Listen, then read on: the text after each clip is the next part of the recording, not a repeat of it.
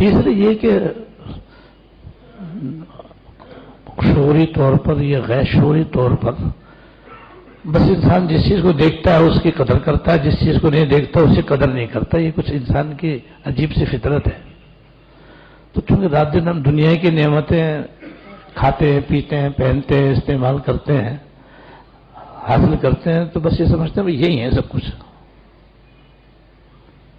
اور آخرت کی نعمتیں جو اللہ پاک نے اپنے کلام پاک میں سرکار دو عالم صلی اللہ علیہ وسلم سے اپنی مبارک احادیث میں بیان فرمائی ہیں، ادھر ہماری توجہ نہیں جاتی، ادھر دھیان ہی نہیں جاتا. دنیا کی نعمتیں حاصل کرنے کی تن من دھن قربان، آخرت کی نعمتیں جو حقیقی نعمتیں ہیں ان کے حاصل کرنے کی طرف ہمارا کوئی قدم ہی نہیں اٹھتا. ہمارے سے کوئی محنت ہی نہیں ہوتی، بس نام کسی محنت ہے. بس جیسی وہ نعمتیں ہیں اس کے لیے جیسی محنت کرنی چاہیے وہ ہمارے اندر نہیں ہے. یہ ہماری بہت بڑی کمی ہے، ہمارے اندر بہت بڑی کوتاہی ہے.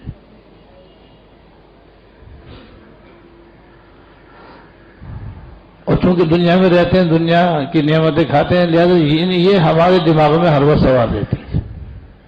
اب یہ لیا وہ لیا، اب یہ کھا لو، وہ پی لو، یہ پہن لو، وہ پہن لو، اب مکان ایسا ہو، گاڑی ایسی ہو، بنگلہ ایسا ہو، کوٹھی ایسی ہو، بس دن رات یہی دماغ میں سوال. جبکہ آخرت میں جانے کے لیے اور موت کے بعد کی نعمتیں حاصل کرنے کا استحضار بس 8 منٹ کے برابر ہی ہوگا، بس یہ اتنے بھی شاید نہ ہو. جبکہ حکم یہ ہے کہ تمہارے دل و دماغ کے اندر یہ جنت کی نعمتیں اور آخرت کی نعمتیں حاصل کرنے کا استحضار رہنا چاہیے. یعنی ہر وقت ہمارے ذہن میں وہ ان نعمتوں کے حاصل کرنے کی تگ و دو اور کوشش اور فکر رہنی چاہیے. یہ نعمتیں جو آخرت کی ہیں کیسے حاصل ہوں گی، کب حاصل ہوں گی، کس طرح حاصل ہوں گی، کیسے حاصل ہوں گی، یہ فکر ہمارے ذہن میں ہے. اب تو الٹا معاملہ ہے کہ دنیا کی نعمت حاصل کرنے کے ہر وقت فکر ہے. خواب بھی دنیا کے دیکھتے، رہتے بھی دنیا میں، رات دن یہی حال ہے کہ پیسے ملیں، روپے پیسے، کیسے دولت بڑھے گی، کیسے روپیہ پیسہ بڑھے گا، کیسے ایک کارخانے سے 2 کارخانے، 2 سے 4 کارخانے کیسے ہوں گے. ایک گاڑی ہو گئی تو ایک اور صحیح ہے، ایک اور ہو گئی تو ایک اور صحیح.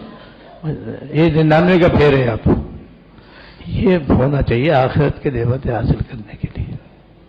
اس کی وجہ بھی یہی ہے کہ بھئی مرنے کو ہم عقلی طور پر بھی بعض لوگ ناپسند کرتے ہیں. اب میں وہ مثال دیتا ہوں جس سے کہ آپ کو یہ اندازہ ہوگا کہ دنیا کی نعمتیں کیسی ہیں اور آخرت کی نعمتیں کیسی